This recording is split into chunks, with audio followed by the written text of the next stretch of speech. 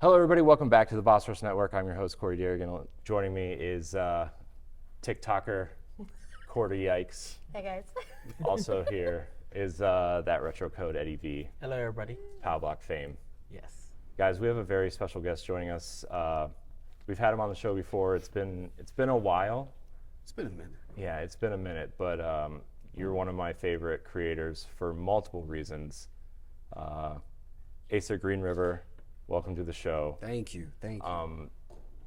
Your message in particular, I don't know if you can tell, I am a Midwest white boy, okay? Like, I grew up in Amish country, right? And so, like, I really didn't start paying attention to, like, the cultural importance stuff until way later in my life, like I think most white people essentially do in the Midwest or ever. But your message in particular was very important because, you know, in the cultural bounds, we don't really think of your heritage, which I know is very important to you. So why don't you tell people who you are, the content you do, and you know, we'll get into all that in a minute. But yeah. Strap in, because I've been working on this elevator pitch for the better part of really since you and I got connected. Yeah. That's when people started asking, what do you do? And I'm like, Yeah. now I got to figure out how to put all this together. Yeah.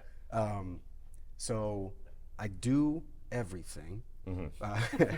So I make content on all social platforms, video platforms, Twitch and YouTube, under the guise of Borderline Entertainment. Shout out to the fellas that I connected with at the very beginning. You know, obviously people have lives, they move on. I'm the one who dragged them in. So, but it wasn't just me the whole time. So I always want to be like, give people their dues. Yeah. They worked hard at the start. Yeah. But yeah, so, you know, it's under Borderline Entertainment. I would say that I try to write. I'm a better talker than I am a writer. And so that's why I do it. You know, that's why I make my TikToks, and, you know, content kind of fluctuates for me. Back in like pre-2020, it was pretty consistent, you know, and even into 2020 is pretty consistent. But then I became a dad, and then the whole world changed. Right. So, you know, the drip became less and less, but that's also because I work on the other side of games. So I worked on the game dev side, worked for nonprofits, Take This, Feminist Frequency, the Games Hotline, then also some indie studios like Waking Oni. You can go pick up on some Master now. You're gonna love it. And yeah, so I've just kind of like been all over the place, working in every area, because I'm one of those people who just has to do everything. Yeah. You know? The way I like to describe it is, you know, the times that I've worked with Greg Miller, you know, I did a podcast. Yeah, you with were him, on Kind of Funny Games Daily at one point. and so people had thought, you know, oh, and even Greg thought you just do content. And then we started being in email conversations in a completely different area. Yeah. For the Games Hotline, and he's like, oh, Asa, you do this too, and that reaction is like, that's me. That's me. So I'm kind of all over the place. And then on top of all that, I do, you know, a lot of DEI work, a lot of work for my people. So I'm Black and Native American, and I do a lot of, you know, activist work for my Native American culture, because there's not a lot of it out there. Yes. Yeah. And I've said this on numerous podcasts. I've said this on my own videos, especially, you know, back in 2019, 2020. But when it comes to the gaming space, it is close to nothing as far as, like, you know, representation, especially in the big houses. You know, if we're talking GameSpot, IGN, you know, they had me on then, but then they haven't done anything since. Yeah. And all shade to all them, because we should be here. Yeah. Yes. Like, we're already here, and we're doing the work ourselves, because Native American people, Indigenous people is really what we prefer. You know, Indigenous people, we are in gaming, but we're the ones doing it. Yeah. You know, and I've heard from a lot of people, and this is not me putting myself on a pedestal, but, you know, me lighting a fire under some folks in 2020, being like, you can be mad for every other culture, but what about us? Yeah. That was kind of like a genesis for so many other people to be like, so many other indigenous folk be like, yes, we are here. And so then, from that moment, you had Nietzsche Clan, which is, a stream team group and content creation group. And then you had Four Directions come up, another content creation group. But even then, with us working so hard, it's like the industry is still so far behind on doing what they need to do.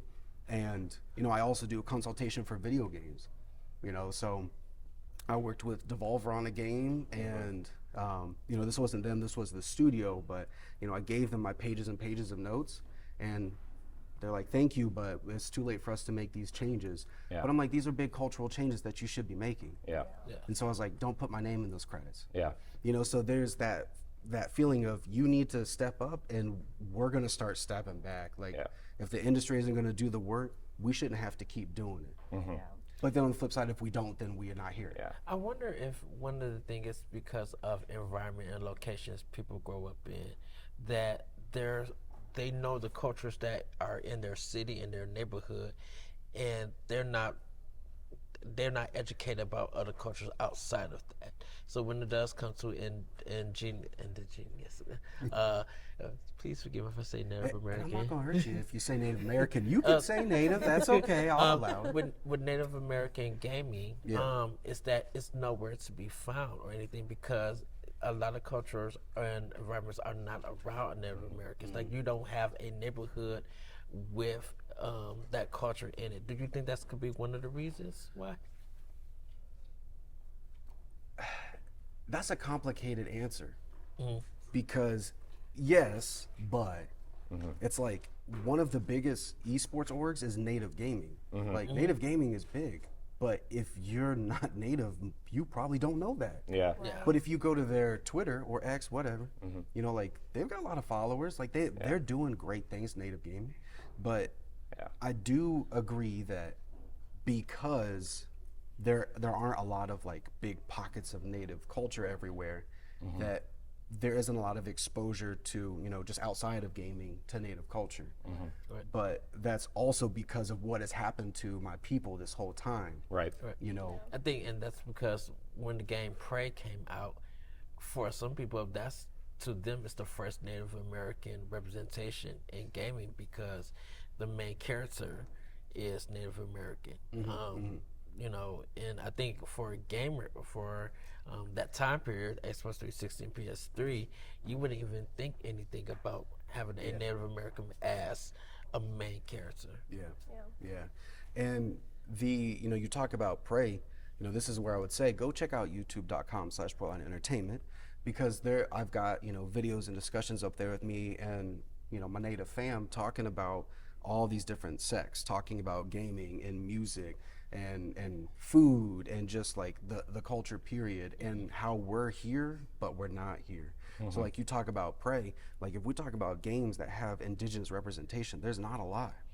But why isn't that? You know what I mean? And when, like, anytime I see, because I brought this to you maybe like 6 months after we had you on, and like, the Cleveland Indians were like changing their name and everything, and people were like freaking out and everything.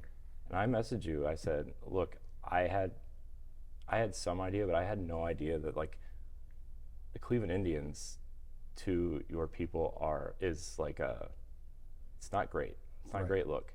And so I messaged you. I'm like, look, I'm now Guardians fan, but at the time Indians. But like, if Chief Wahoo is disgracing your heritage, I only kept the logos, the C logos of stuff, and I got, because I'm like, I don't think about that stuff. But if it offends you, which I consider, we're friendly, and I don't want to offend my friends, and I don't want to offend a culture, right? Because I grew up in an area that was very not welcoming of anybody. Like, they weren't even welcoming of some white people, right? Like, they're just very closed-minded and very, if they're darker than a pale, pasty person, like, you should stay away from them. They're scary. And so, like, it took me a long time to learn about, even Ed too, right? Like, the first black person I ever met and like continued a relationship, I was in my 20s. Wow. Wow. And so, Wow. because like, we were always taught, oh, you know, black people live in the ghetto, you should be scared of them, they're gonna jump you. And it's like, well, no, that's not, white people do that too. And like, you know, and What are they saying, man? Come on. I'm like, you know, but like, you know, it's true that at least in the late 90s and early 2000s, that was a culture that I grew up in. And I'm not saying everybody there was bad, because, you know, I had some friends and, you know, whatever, but like, that was something that I took into account when I started meeting people, you know, like you and like Ed. And it's important that we have different voices, different cultures, because that's how we are educating each other, you know. And even not just, you know, racial diversity, but like, we had Jess Rappaport from Zelda Universe on. She's a big trans advocate, right? And that type of voice is important too, you know.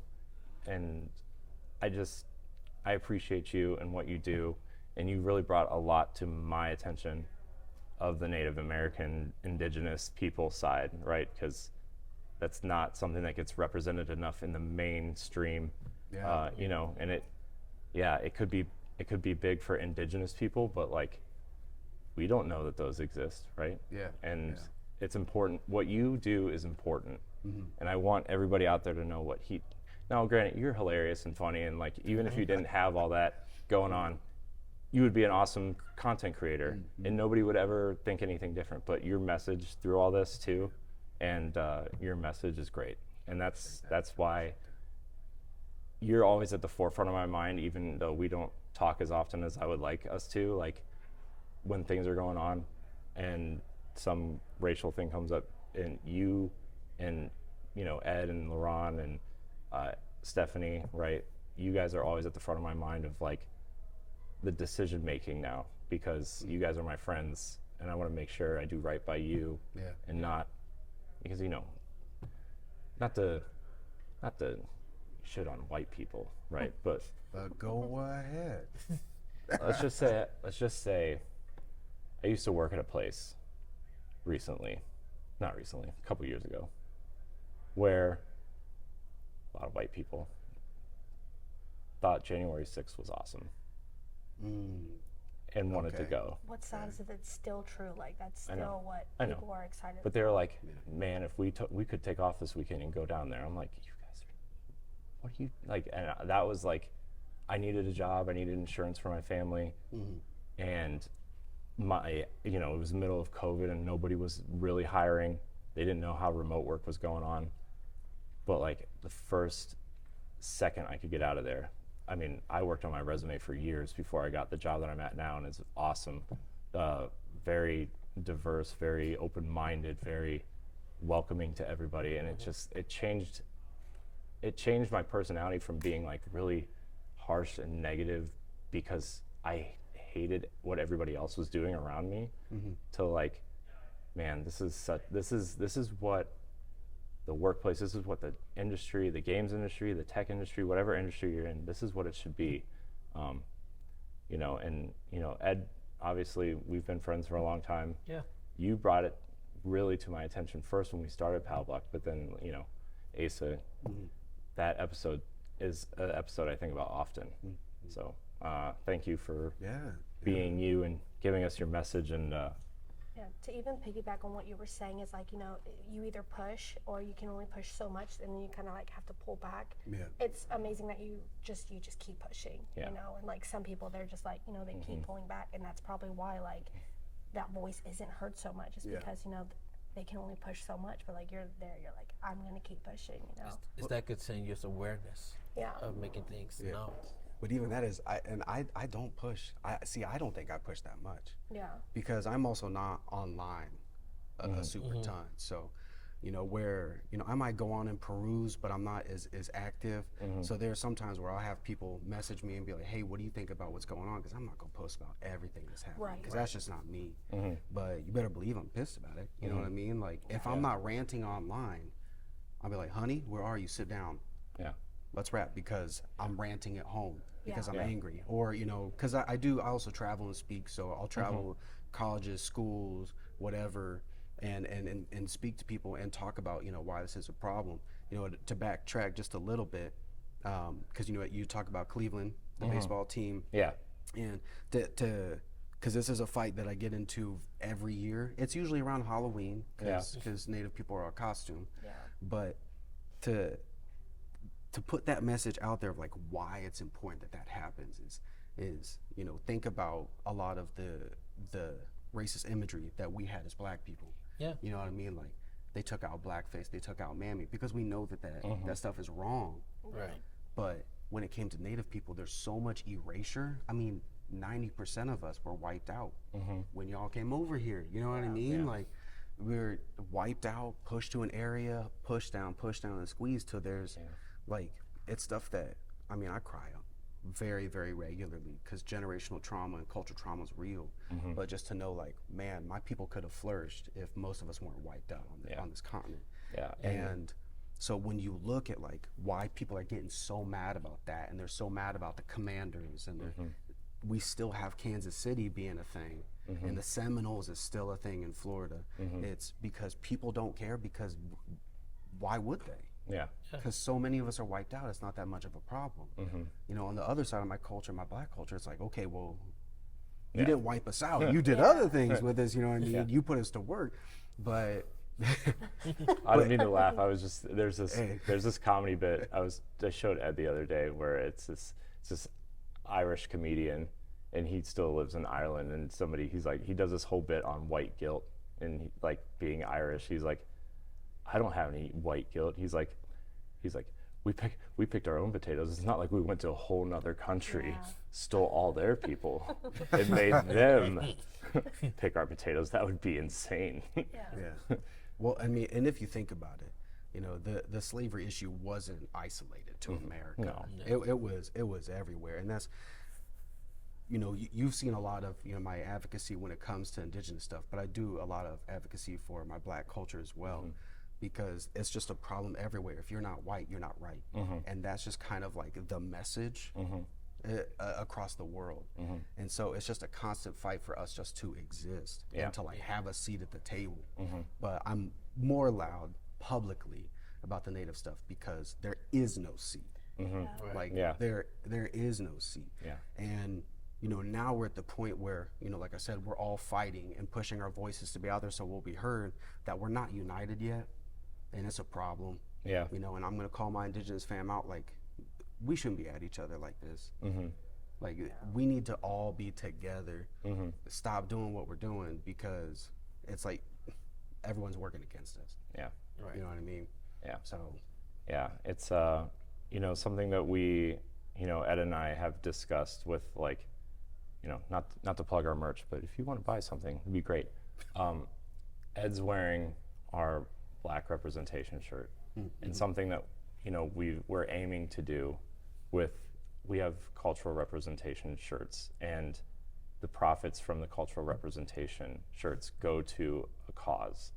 And so that was something that we talked about, and it was very important to everybody who's, you know, I went to everybody who's not white on the team and be like, look, is this something that you're into, after Ed and I talked about it? And everybody was really open to it, you know, and Native or Indigenous people is something that, you know, you are important to me, right? Your message is important to me. And so if there's anything we can do to help your message, you know, I don't want to like be the white knight on the shining horse or anything, right? But like, they call it the white savior. Yeah, sure, whatever. If you want to call me Jesus, it's fine.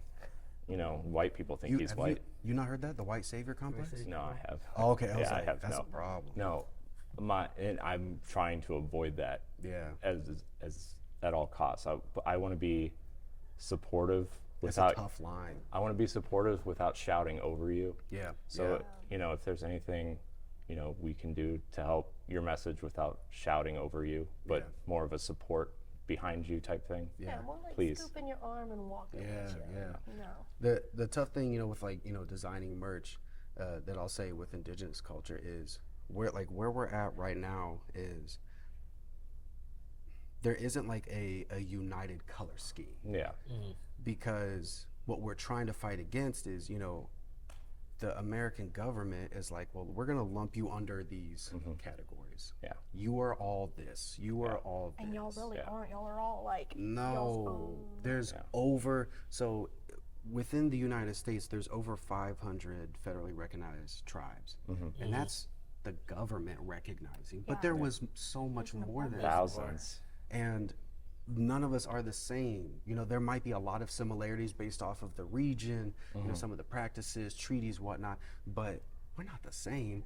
So it's like to pick one united color scheme, that's one thing that's like, yes, we want that representation, but also at what cost? Because what we're fighting for right now is to bring our culture back and to make it strong and proud. And part of that is, let's not give us platitudes. Let's not just give us one flag for everybody when we all have our own flag, and you should know every single one. Yeah. You know what I mean? For what it is, I think about the show Shogun that just came out. And what it's doing for a lot of that historical Japanese culture. And it's like, you just think about, a country like Japan, and they have just the one flag. When you think about any of these countries, you think about Africa, and they just got all these different countries, but it's like there are so many tribes, there's so many families, there are so many color schemes or emblems, pennants, whatever it is, that there's so much culture and personality that just putting it all under one banner, I feel like takes away from the uniqueness that everybody can bring. But unfortunately, when it comes to the white savior, when it comes to colonization, that's just the world that we're in right now. Is everybody wants to just put it under one color scheme and that's it. So what I would suggest is find a group, work with them.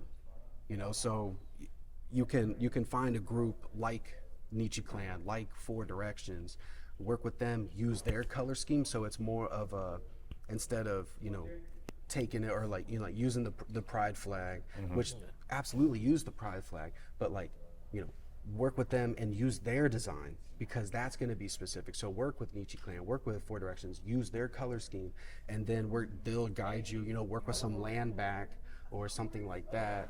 In Ohio, we've got NICO. Right. So there's tons of things that you can support. And then as far as that branding aspect, yeah, absolutely. Find a group and use them, because I wouldn't say there's one flag or color that we should use. Right. You know what I mean? Right. Yeah, and I've noticed that over the years, and I want to be there for you, man, because like I said, your content and you are important for a lot of reasons, but you kind of being the top of the pyramid in this messaging, at least from our perspective, you're doing amazing work, and we love you. I appreciate it. Do you want to tell everybody where they can find you and watch your content? Yes. So you can find me personally on Twitter, X, at Asa GreenRiver07. And then the best place to get content, I don't know if people who follow me already, but my rig died. So that's why I have not been streaming. I was like, all right, I'm about to jump back in. PC died. So now it's like, okay, well, let me bust out my camera and go back to my roots and just do old school videos. It takes longer because I've got kids and I'm tired. Yeah. But, so know that feeling. The drip is a lot slower, but the content is still coming. But so YouTube right now is probably the best place, youtube.com/BoronEntertainment. But then I'm on TikTok as well, at Asa GreenRiver07. And I'm putting, that stuff is going to be a lot more light. I'll put some opinions on there, but especially us being at PAX, I've played a lot of amazing games.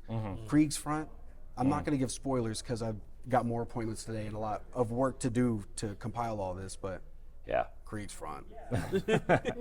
Well, Asa, I appreciate you. I appreciate you taking 20 minutes or so talking to us. You're great. You're awesome. I want to work with you more because, it's been a while. So good people. Yeah. Good people. Thanks a lot for joining us. Everybody, links to his content will be in the show notes to this video. Check out his content. Subscribe to Boss Rush Network on YouTube. And we'll see you soon with another interview from PAX East.